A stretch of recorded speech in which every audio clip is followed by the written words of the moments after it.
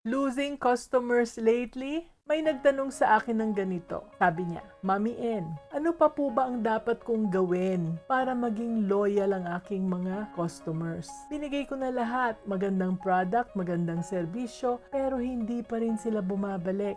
So naalala ko noon ang isa sa aking mga first businesses. Same situation. Akala ko noon, basta maganda ang product ko, automatic na babalik ang customers. Hindi pala ganun kadali. And learning from that experience, eto ang sagot ko.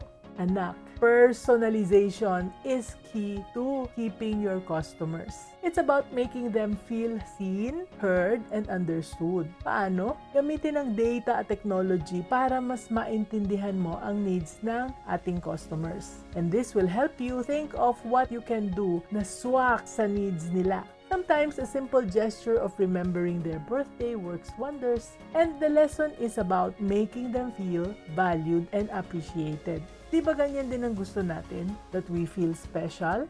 Subukan mo anak. I'm sure babalik at babalik sila sa iyo. Remember, mas magastos ang pag-attract ng bagong customers kaysa mag-retain ng existing ones. So, invest in relationship building. And that's how you'll be a business-minded Pinoy.